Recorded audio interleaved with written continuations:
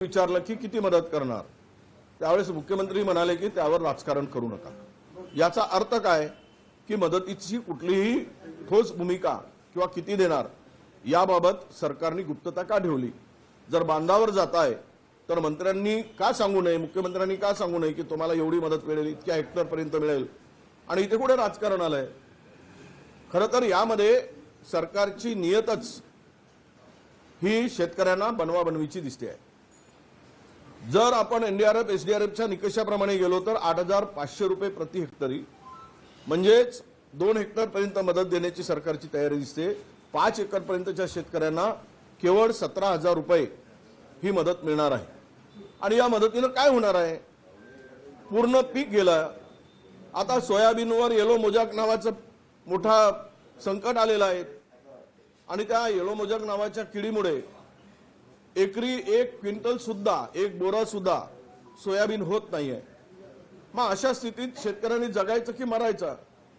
पूर्वी शेतकरी महाराष्ट्रामध्ये सगळ्यात आत्महत्या करणारा राज्य म्हणून महाराष्ट्रामध्ये शेतकरी करतोय, शेतकऱ्यांची आत्महत्या होत आहे। आणि अशा स्थितीमध्ये तुम्ही पीक विम्याचं वाटोळं केलं। निवडणुकीच्या पूर्वी 1 रुपयात विमा, 1 रुपयात विमा बोंबाबोंब केली आणि त्यानंतर त्यामध्ये जे काही ट्रिगर लावलेत त्यामध्ये या सगळ्या संकटामध्ये कुठेही शेतकऱ्याला मदत होणार नाही, पीक विम्याचे पैसे मिळणार नाही। आणि अशा स्थितीमध्ये सरकारने सर्व बाजूला काम करावं, सर्व कामं थांबवावी, पण शेतकऱ्याला भरपूर मदत करावी। किमान 50,000 रुपये हेक्टरी मदत केल्याशिवाय हा शेतकरी जगूच शकत नाही। ही परिस्थिती आहे। केवळ मंत्री गेलेत, मुख्यमंत्री गेलेत, उपमुख्यमंत्री गेलेत आणि आपले नावाचे फोटोचे स्टिकर लावून मदत करण्याचा दिखावा काही मंत्री करतायत, काही मुख्यमंत्री करतायत, उपमुख्यमंत्री करतायत। काल ते लोकांनी सामान वापस घेऊन जा म्हणून सांगितलं। याचा अर्थ असा आहे की शेतकऱ्यांचा रोष, कारण होत्याचं नव्हतं झालं, काही शिल्लक राहिलेलं नाही, जनावरं वाहून गेलेत, घरात काही राहिलं नाही आणि पीक पूर्णतः उद्ध्वस्त झालं, जमिनी खरडून गेल्या।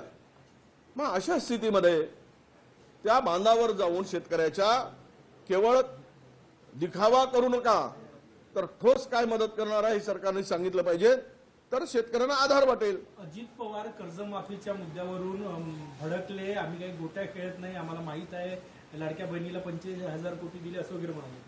नाही, पण लाडक्या बहिणीला मतासाठी तुम्ही किती पैसे दिलेत, तर मतं घेण्यासाठी दिले ना। लाडक्या बहिणींचा वापर काय केला, सत्तेमध्ये येण्यासाठी। नाही तर तुम्हाला कोण विचारलं असते महाराष्ट्रात, जनतेने नाकारलंच होतं। लाडक्या बहिणींना तुम्ही थोडासा हे 1,500 रुपये महिना सुरू केला आणि आम्ही देणार 2100 देणार म्हणून सांगितले, 2100चा तर पताच नाही। आणि याचा वापर केवळ निवडणुकीसाठी तुम्ही केला। मग याचा अर्थ असा की शेतकऱ्याला वाऱ्यावर सोडणार का, शेतकऱ्याच्या आत्महत्या बघत राहणार का अजितदादा। त्यामुळे माझा प्रश्न थेट हाच आहे की तुम्ही घोषणा केली, 1 वर्ष होत आहे आता पुढच्या महिन्यामध्ये, आणि 1 वर्षामध्ये जर सरकार शेतकऱ्यांना घोषणा करूनही जर कर्जमाफी करत नसेल तर तुमची नियत साफ नाही। तुम्ही तुमचं केवळ बोलून वेळ मारून नेण्याचा तुमचा इरादा दिसतोय। काय काम होत आहे महाराष्ट्रात, कुठलं काम होत आहे, कुठल्या शेतकऱ्याला मदत मिळत आहे। अजितदादांना आमचा प्रश्न आहे, कुठला हमी भाव मिळतोय। अरे 2014च्या पूर्वी सोयाबीनचा भाव होता, तो भाव आता मिळत नाही। 2014 मध्येच्या पूर्वी शेतकऱ्यांना कापसाला 7,000 8,000 रुपयापर्यंत भाव मिळत होता, 5,500ला कोणी विकत नाही। आता एफसीआयने जे निकष लावले त्यामध्ये एकही शेतकरी एफसीआय कडे कापूस टाकू शकत नाही। का झोपले आहेत का तुम्ही, झोपलाय का सरकार, कुठे आहे तुमचं सरकार, कुणासाठी मदत करताय। बेरोजगार पूर्ण वाऱ्यावर सोडलात, शेतकऱ्याला वाऱ्यावर सोडलात, काय काम करताय, कुठलं काम करताय। रस्त्यामध्ये खड्डे पडलेत, अपघाताचे प्रमाण वाढलेत, अनेक ठिकाणी बस जाऊ शकत नाही अशी परिस्थिती झाली, शाळांचं पोरांचं नुकसान होत आहे। मग तुम्ही काय करताय, कुठे आहे सरकार, काय काम करताय सरकार। सरकारवर दबाव निर्माण करण्याचं महत्त्वाचं काम विरोधी पक्षाचं आहे, शेतकऱ्यांना मदत वाढवून देण्याचंही काम विरोधी पक्षाचं आहे। दबाव निर्माण करून विरोधी पक्षाचे किती नेते बांधावर आहेत शेतकऱ्यांचे? नाही, आमची सगळी खालची यंत्रणा गेली आहे। काल प्रदेशनी आमच्या कमिट्या करून पाठवलाय। आम्ही 28 तारखेपासून, हा पुन्हा 2 दिवसाचा पाऊस दाखवल्यामुळे आम्ही थांबलो होतो, आमचा दौरा कालपासून होता, परंतु 28 तारखेपासून आम्ही सर्व नेते शेतकऱ्याच्या बांधावर जाण्याचं ठरवलं आहे। आणि वस्तुस्थिती पाहून सरकारला जिल्ह्यामध्ये मोर्चे काढू आणि सरकारचा कुठलाही मंत्री जर मदत मिळाली नाही तर फिरणार नाही ही आम्ही शेतकऱ्याला असे आम्ही आवाहन करू. बुलढाणा जिल्ह्यात मोठं नुकसान आहे. काँग्रेसचे प्रदेशाध्यक्ष अजून बांधावरही गेलेले नाही, सरकार तर गेलंच नाही, सहपालक मंत्री गेलेले नाही, केंद्रीय मंत्री बुलढाणा जिल्ह्यातले गेले नाही, काँग्रेसचे प्रदेशाध्यक्ष गेले नाही विरोधक म्हणून. नाही, प्रदेशाध्यक्ष या सगळ्या यंत्रणेला, आमच्या प्रदेशच्या कार्यकर्त्यांना जे जिल्ह्याची जबाबदारी देऊन समित्या तयार करून, आणि तेही उद्यापासून, मला वाटते प्रदेशाध्यक्ष उद्यापासूनच दौऱ्यावर जात आहेत. हेच सांगितलं मी की पावसाचा पुन्हा अंदाज आला होता, त्यामुळे आता जाण्यापेक्षा एकदा पुन्हा नुकसान झाल्या अधिकचं होणार शेतकऱ्याला, या अतिवृष्टीमुळे पुन्हा मोठं नुकसान होणार आहे, तर आपण दौरा तयार करून जावं असं प्रदेशाध्यक्षांचं म्हणणं होतं. तुम्ही आज सोयाबीनची पाहणी करणार आहे का? तुमच्या चंद्रपूर तुम्ही गडचिरोलीला चालले, मी चाललो आहे उद्याला, यवतमाळला चाललो आहे, वर्धेला चाललो आहे उद्या. मी त्या भागामध्ये काही शेतामध्ये या येलो मोजॅक नावाचं जे काही किडी आलेली आहे, प्रादुर्भाव झाला आहे, त्याची पाहणी करणार आहे. भाजपच्या आमदारांनी 1 महिन्याचा पगार देऊ केला आहे मुख्यमंत्री सहायता निधीमध्ये. तुमचं आव्हान काय? आणि तुम्ही पूरग्रस्तांना? नाही, मी पूरग्रस्तांच्या मदतीसाठी मी 6 महिन्याचा निधी, आमदार निधी, मी मुख्यमंत्री सहायता निधीमध्ये देणार आहे. सर्व आमदारांनी 6 महिन्याचा निधी द्यावा, सत्ताधारी असू दे की विरोधी असू दे. मी उद्याच पत्र लिहून मुख्यमंत्र्यांना सांगणार आहे, आम्ही 6 महिन्याचा आमदारचा निधी आम्हाला नको आहे. सर्व भाजपच्या आमदारांनी, काँग्रेसच्या आमदारांनी, सर्व आमदारांनी 6 महिन्याचा निधी या संकटग्रस्तासाठी दिला पाहिजे, असं आवाहन मी करतोय. काँग्रेसचे राज ठाकरेंनी मुख्यमंत्र्यांना पत्र लिहून म्हटलं आहे की शेतकऱ्यांना 30,000ची मदत तरी द्या निदान.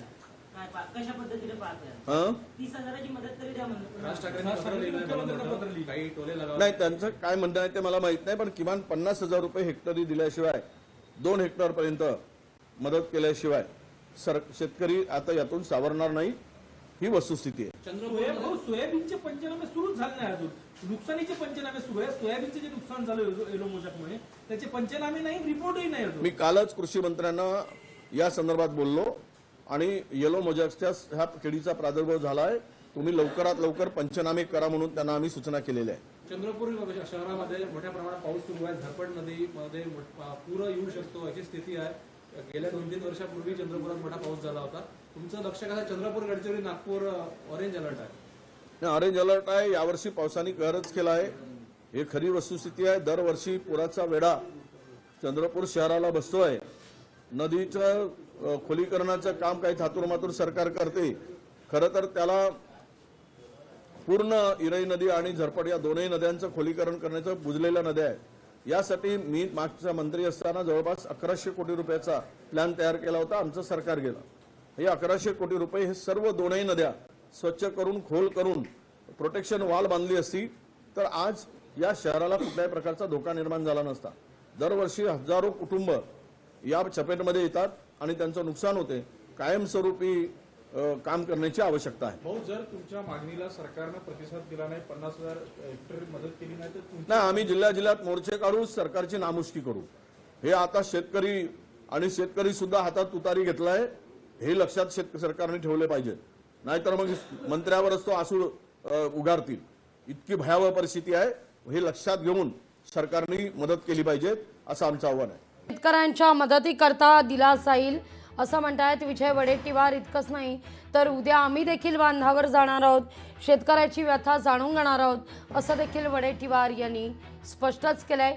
इतरही महत्त्वाच्या घडामोडी पाहणार आहोत. लोकशाही मराठी ऐका, पहा, जागरूक रहा.